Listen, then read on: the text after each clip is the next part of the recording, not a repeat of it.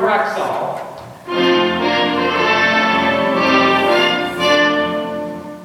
Richard Diamond is presented, transcribed by the makers of Rexall drug products and 10,000 independent Rexall family druggists.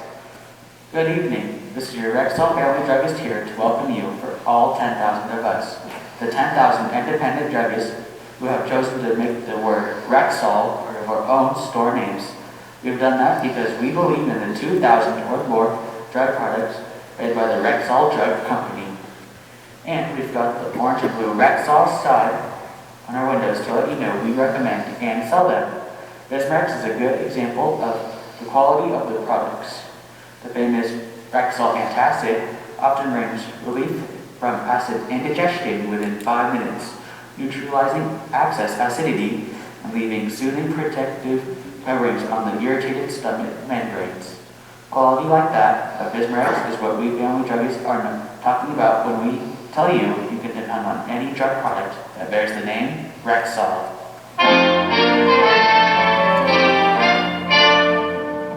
Good health to all from Rexall.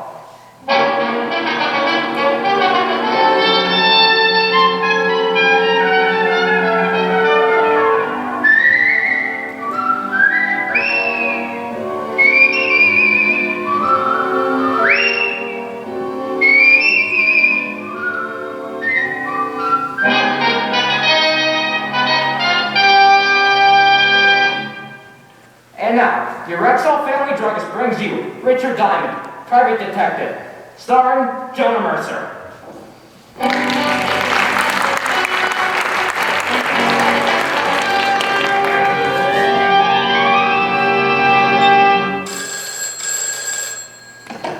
Diamond Detective Agency, your pain is our pleasure.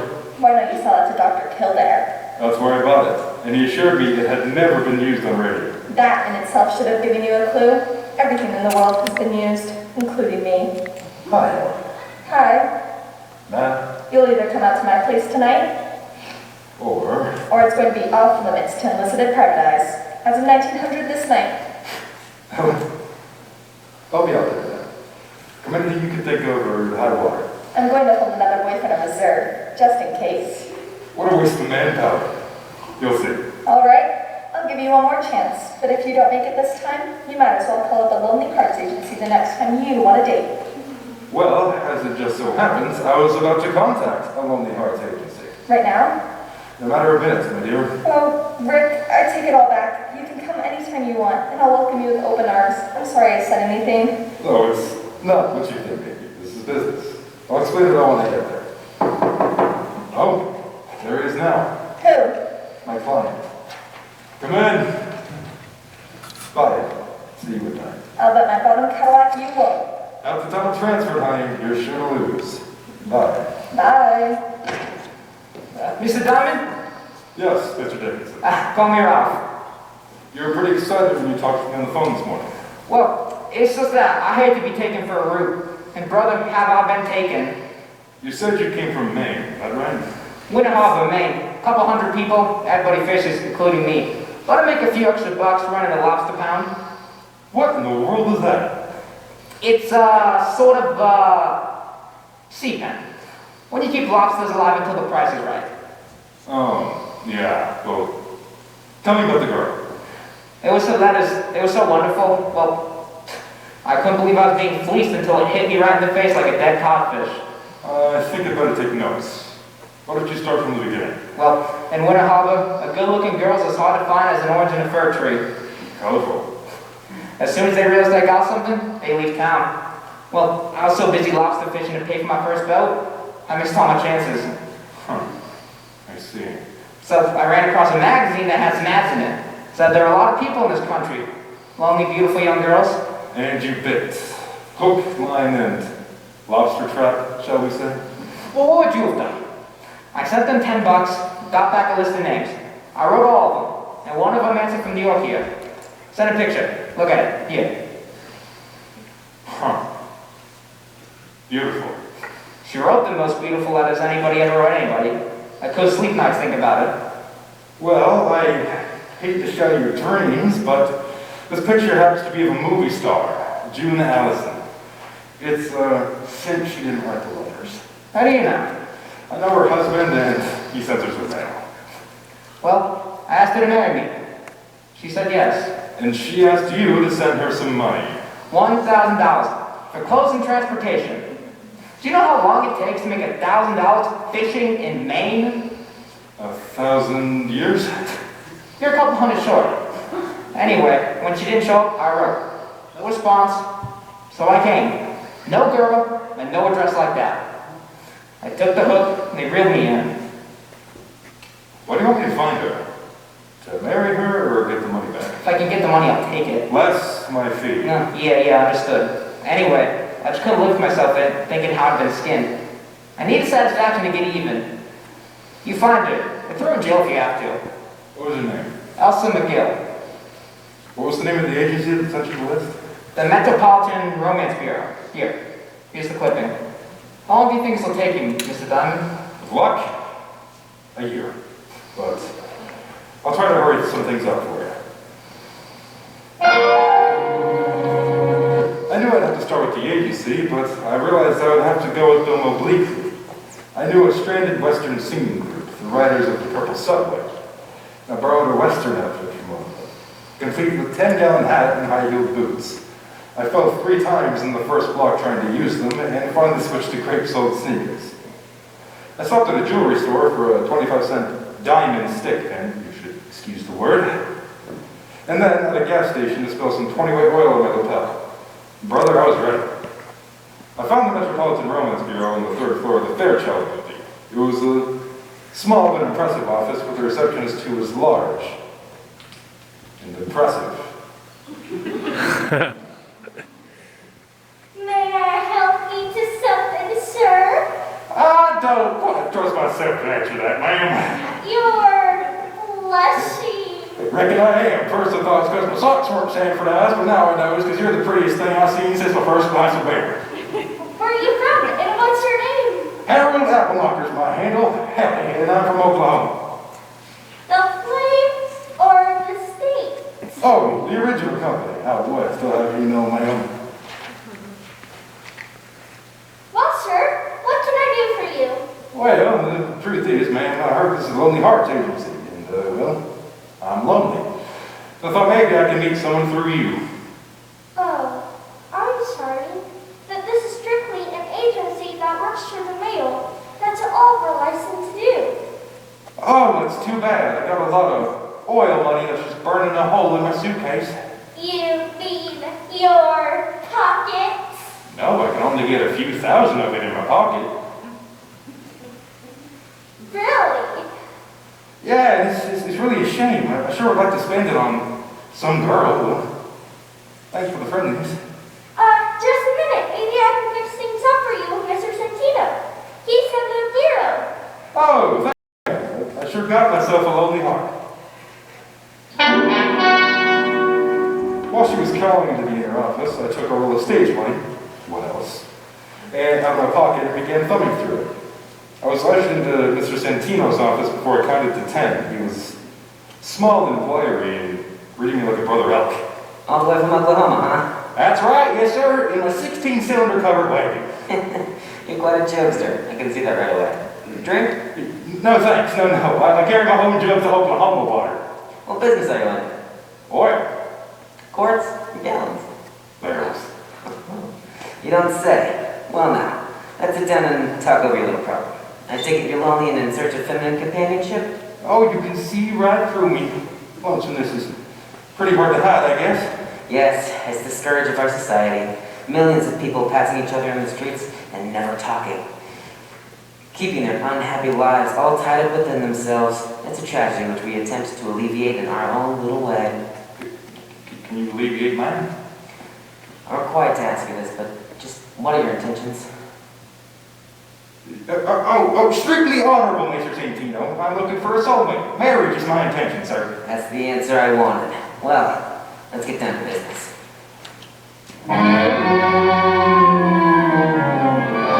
And we did. I forked over $50, which I could afford, and then we settled down to look over some prospects. We finally came up with one Candy Cooper. whom he described as a ravishing beauty who was so lonesome she sat home in her penthouse apartment and had nothing better to do than her own laundry.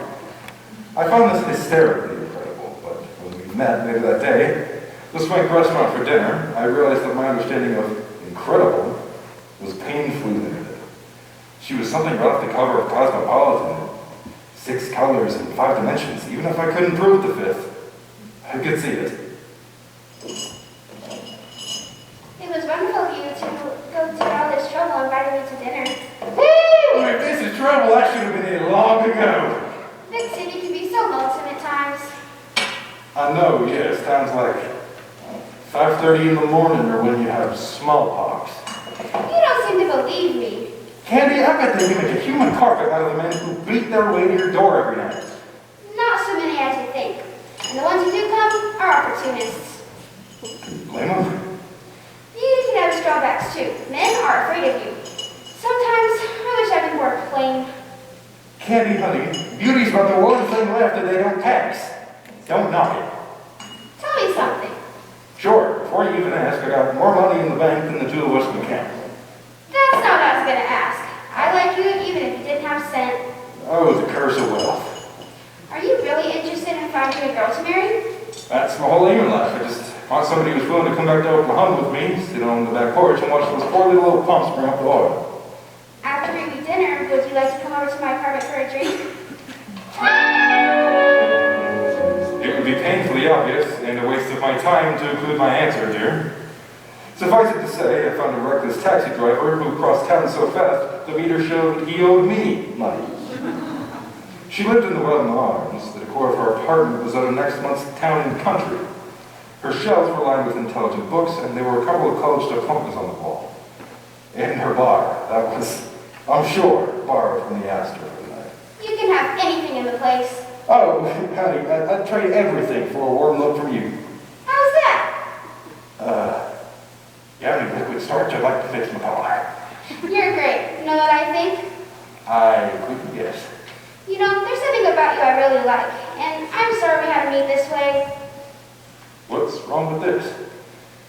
I wish it could have been some summer's night or some small town on a summer night, and you walking home from a band concert or a dance, and oh, why go on? That was pretty good copy, Candy. Mind if I play a record? It's my favorite. Go right ahead. Wish I knew the words. I do too.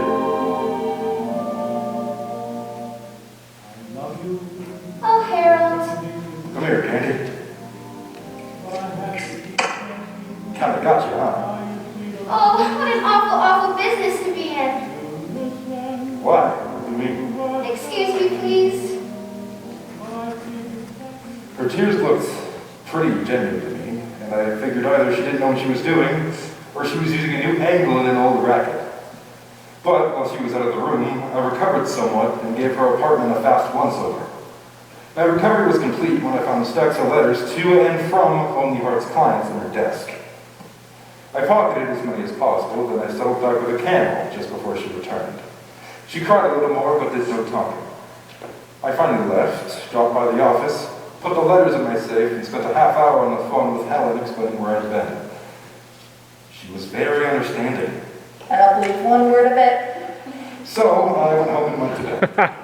The next morning, I was coming down the corridor to my office and met Bridgey, the scrub woman. Hey, Ricky boy. Don't slip on the water. Good morning, Bridgey. How's the pin up the 4th floor? Now, there's nothing wrong with my looks that a few years won't fix. But unfortunately, they've already passed. Oh, go on. If I were a few years older, you'd be just the thing for me. Want me to scare you? Tell you I'll wait? Honey, let's talk about something else. Tell me, how are the bass drum lessons coming? Oh, I'm off the bass right now. The vibrations upset my stomach. Besides, I'm taking up softball. Oh, you're kidding. Does that thumb look like I'm kidding? I'm on the Roundhouse girls softball team. 5 wins, 2 losses, better than the Red Sox, and they got met. What do you play? Catcher, I'm a regular young barrel. The only catcher in town with built-in padding. Just for that, I have in mind not to tell you about the 2 men who went into your office. When, dear? 10 minutes ago. and outside of an empire, they're the meanest looking men I've ever seen. Thanks. And if you need any help, just call me. I'll bring my Louisville slugger. Good morning, Diamond. Who are you and what are you doing? Carney's my name. They call my friend their Jumbo. He don't talk, except with his hands. Am I supposed to turn white or something? I hear you're a great actor, Diamond. Make a specialty of western parts, oilmen and such. Sorry, I'm all booked up. Santino don't like having his letters stolen off his dames. Don't know what you're talking about. Jumbo! Now, Diamond, I guess we could open your safe and get the letters, right, huh? I'm not much of a morning fighter, and besides, I was overmatched. Anybody would have been with Jumbo. That's all the excuse I'm going to offer. Needless to say, I gave them the letters. I'd already read them anyway. They messed up my office a little, just for fun, placing a long-distance call to Yokohama, charging it to me, and ordered a 12-foot good luck horseshoe of flowers from the nearby florist. Also charged to me. Then left me sitting there. Diamond Detective Agency, blue eyes now black. This is Candy, Mr. Diamond. Sweet of you to call. Listen, somebody recognized you last night, and they're going to be after you. They want their letters back.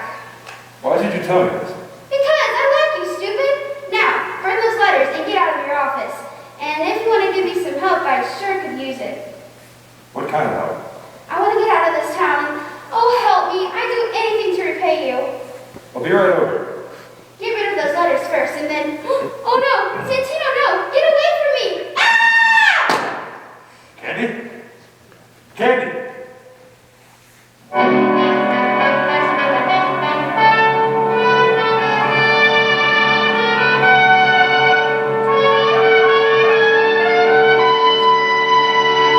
I got over to her apartment as fast as I could. Her apartment door was locked, so I sprung it. And there wasn't a soul in the place anywhere, or any signs of a struggle. I got out of there and beat it over to the Metropolitan Romance Bureau, with blood on my eye and a chip on my shoulder big as a redwood tree. And I don't expect you to believe it, but... there was no Metropolitan Romance Bureau. The name was scraped off the door, and the office suite was empty.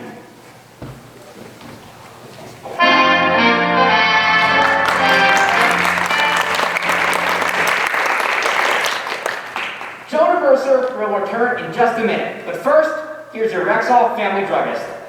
Everyone knows that vitamins are necessary to life, but maybe you don't know that Plenamins, Rexall's famous multivitamin capsules, gives you more than your daily minimum requirements of every vitamin in which requirements have been established, plus valuable liver concentrate and iron, and that's an ironclad guarantee from Rexall scientists. But how are they able to guarantee that?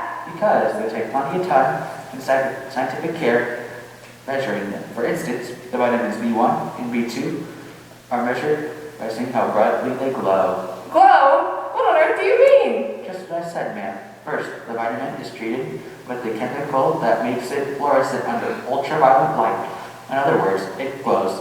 A photoelectric cell receives the glow and transmits it in terms of electricity to a special meter. And then the amount of electricity is the exact measurement of the vitamin. What's the product called again? Plenamins. Plenamins. Remember it the next time you buy a vitamin product. And remember, also, you can depend on any drug product that bears the name Rexall. Good health to all from Rexall.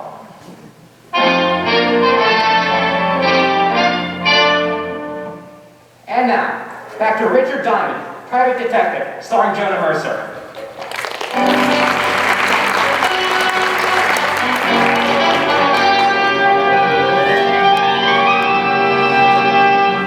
A half hour later, I was telling the whole story to Lieutenant Walt Levinson.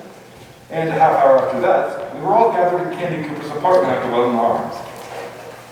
Walt had been quizzing the manager, George McSorley, and a girl named Edna Chambers, who said she lived in the apartment and she'd never heard of Candy Cooper. Confused? Well, why should I be the only one? What do you mean telling the police about a murder in my place? Are you crazy or something? I'm not crazy, Miss Chambers. I was here last night with a girl named Candy Cooper in this very apartment. She called me from here today and somebody shot her. Listen, mister, I don't know what your angle is, but this happens to be my apartment, and you were definitely not in it last night. And if you had been, my boyfriend would have tossed you out in your ear because he was here too. How long have you lived here, young lady? Almost a year. You heard what the manager said. Don't bother, Walt. It's rigged against us. Why don't you shut him up? Look, I got records to prove it. And I tell you again, I never heard of no Candy whatever her name was. Rick, there isn't much we can do here. We need more than words.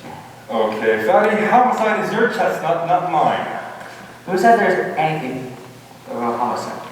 All he told us was about a shot and a screw, man. Well, over our boat at that. Are you sure you didn't see this thing at a seance or something? All right, if you want to be a blockhead. Nobody's being a blockhead. I'm talking about facts. You give me something and I will use it. Here, try my gun.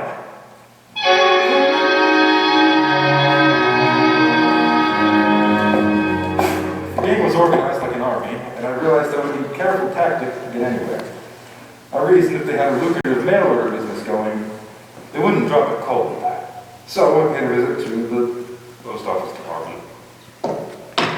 Yes, to God. They gave a change in address. The Metropolitan Romance Bureau now receives its mail at Post Office Box 32976.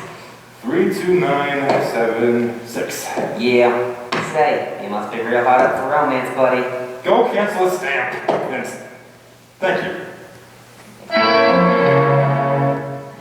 It was late in the afternoon when an old enemy of mine stood up to box 32976 and opened it with a key. His name was Jumbo. It was all I could do to keep from punching him right there. Instead, I followed him. And it was a long drive, north out of town toward Connecticut. My quarry finally pulled up to a brown shingled house on 18th Street, number 1216, and went in. I took up a station at the end of the block, but when nothing further happened, I went back to town to do some checking from the office.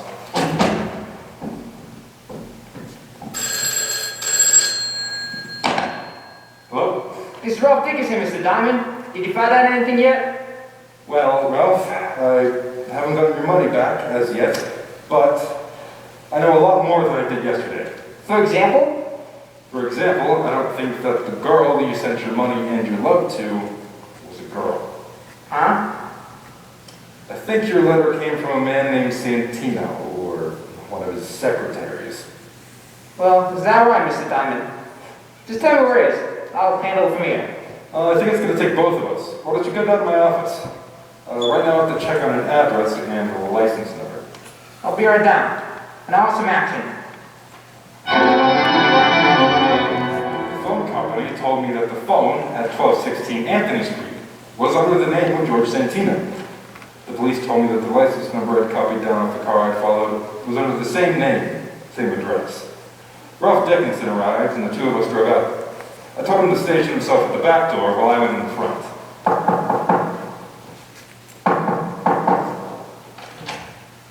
Yes, what is it you want, young man? George Santino. Is he in? George what, Tino? Santino. That with an S? With an S. Never heard of him. Now don't give me that. He lives here. Since when? How should I know? I've been here since they built the place. 1912. I never seen no George Lamino. Had a Carl Buffino once rooming.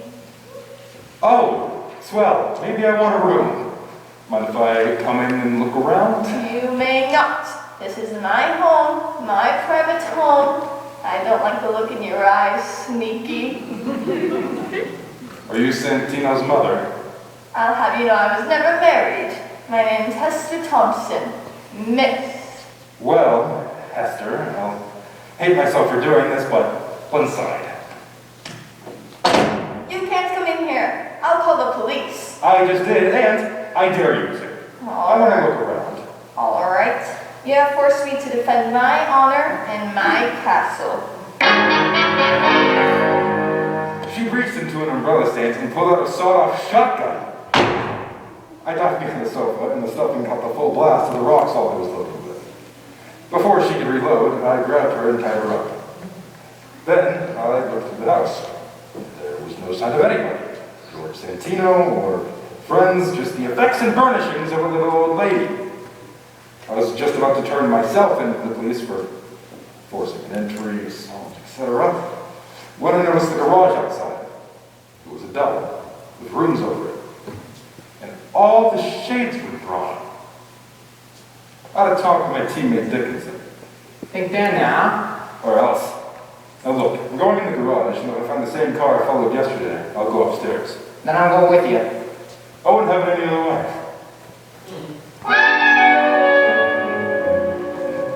It was the same car, all right. And we started tiptoeing up a long flight of stairs inside the garage to a doorway at the top. When we were one step away from it, we kicked it open and dove through. Nothing. No George Santino or his friends. But in the next room, trussed up, gagged up, and tied to a chair, a frightened and hysterical Candy Cooper stared at us with big eyes. We took the gag out of her mouth.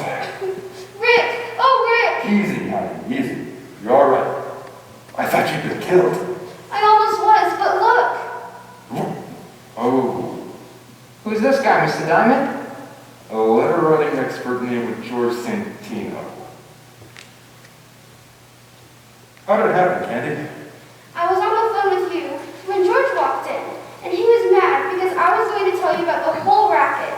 He had a gun and he threatened me. I threw the telephone book at him and the gun went off. Jumbo and the other man brought me here. Where are Jumbo and his friends now?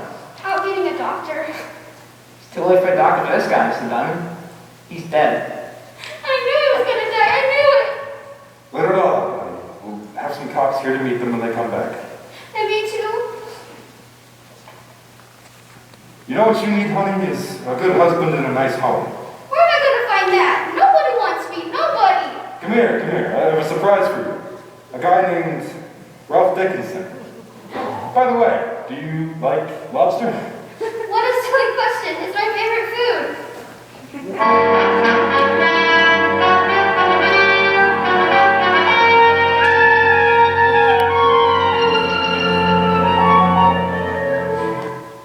Another drink, Rick? No, Helen, honey. One's enough. Your beauty is intoxication itself. Oh, I'll bet I didn't look anything like her.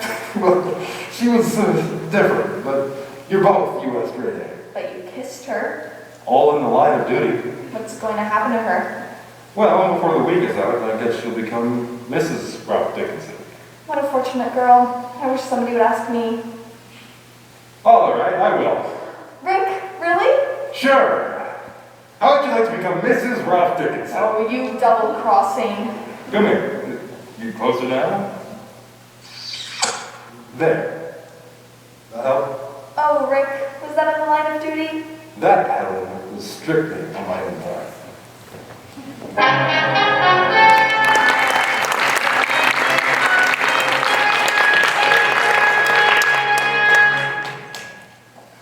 Tonight's transcribed adventure of Richard Diamond was written by John Michael Hayes and E. Jack Newman, with music by Franco, Foley by Ronan Scott, and sound by Marcella Franco.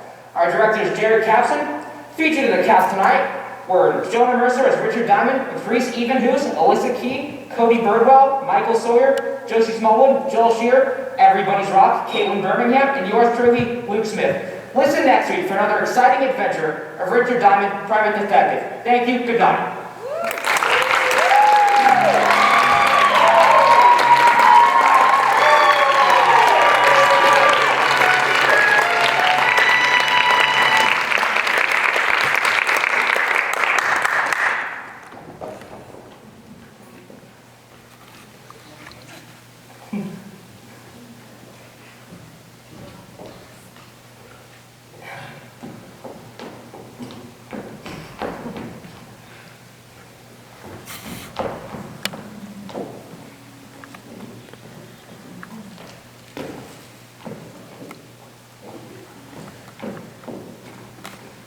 Good evening, ladies and gentlemen.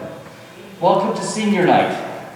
As we end our last production of the year, it's also a tradition for us to go ahead and recognize our seniors. Let's give it, before we do that though, let's give one more round of applause for our wonderful performers. They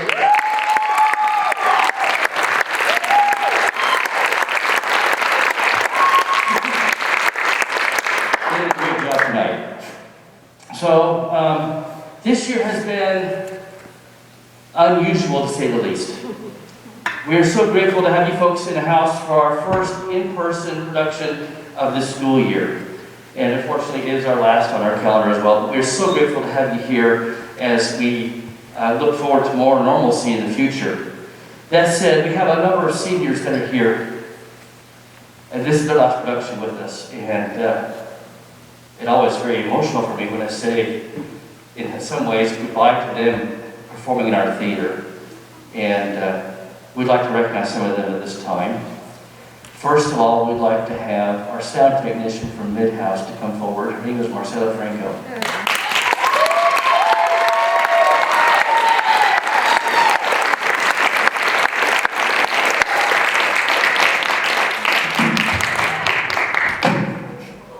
Marcella has been involved with us going clear back to Sound of Music and in various shows since, and Mermaid and so forth.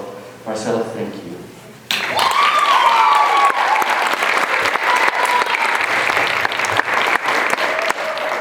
The next senior I want to call forward played Richard Diamond, not tonight, in our past radio plays. He is at the Foley table this time. Ronan Scott, would you please come forward?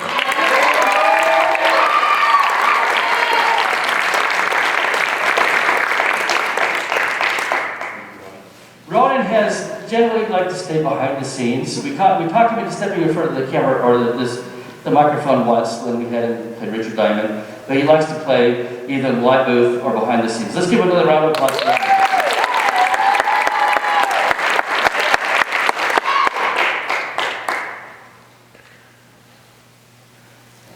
This is going to go to the tallest performer I've had in the theater.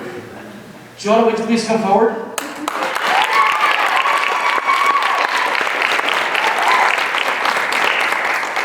Jonah got the theater kind of in his blood last year. Jonah came forward and stepped up to be King Triton in Little Mermaid. From there, he was involved in a show that unfortunately was canceled due to the current challenges we face in the spring. But this year he came back and has been involved in 2 separate versions of radio plays. Our last performance, he played George Bailey in It's a Wonderful Life. And unfortunately, we weren't able to have people in the audience at the time, but he did a great job with that. And here you saw him tonight in a couple of different roles, including Richard Diamond. Thank you, Jonah.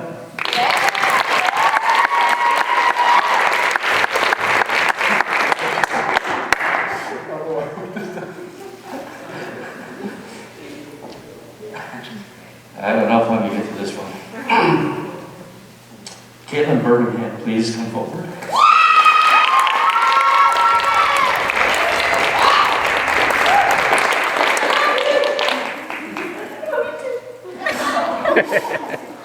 Katelyn has been working by my side since you were a freshman. Yeah. Tonight was very special for you folks because this is the second time that she's actually stepped up to perform in front of an audience.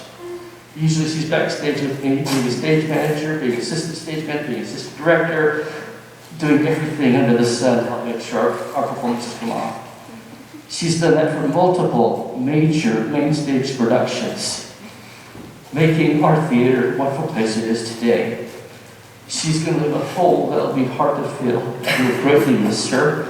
As she moves on, we wish her all the best as you go from here.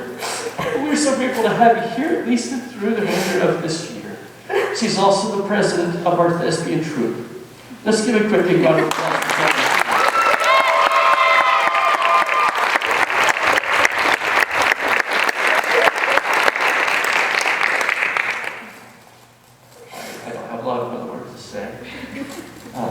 I'm thankful for all these folks back here.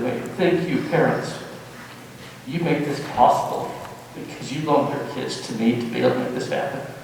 You loaned your kids to this program. I also did thank my wife, who's in the back in the audience tonight. She's here.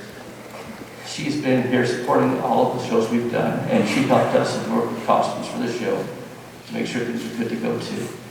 So I want to thank her. But above all, I would like to thank you parents and you folks here, because you're the ones it's all about, you're the ones who make it happen. Thank you. Thank you, folks.